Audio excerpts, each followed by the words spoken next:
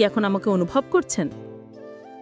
হয়তো, কিংবা হয়তো আমি এখন শুধু বুঝতে চেষ্টা করছি আপনি কেমন অনুভব করেন। রিমা টাইপ করতে যায়, আবার থেমে যায়। ওর বুকের ভিতর কেমন যেন গরম হয়ে উঠছে।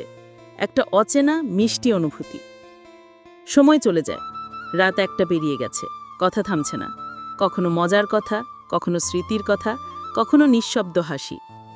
রিমা: আচ্ছা, আপনি কাউকে ভালোবেসেছিলেন কোনোদিন? ফারহান: হ্যাঁ, একবার। রিমা: আর এখন?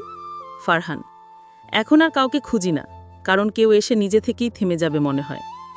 রিমা: যদি সেই কেউ একদিন চলে যায়? ফারহান: তাহলে আমি তার ফিরে আসার অপেক্ষায় থাকব না, শুধু মনে রাখব সে এসেছিল, এইটুকুই যথেষ্ট। রিমা গভীরভাবে পড়ে, তারপর লিখে ফেলে, আপনি জানেন, এই কথাগুলো ভয়ানক সুন্দর। ফারহান হাসে। ফারহান: সুন্দর জিনিস সবসময় ভয়ানক হয় না, তবে কিছু ভয়ানক জিনিস সুন্দর হয়। রিমা: যেমন?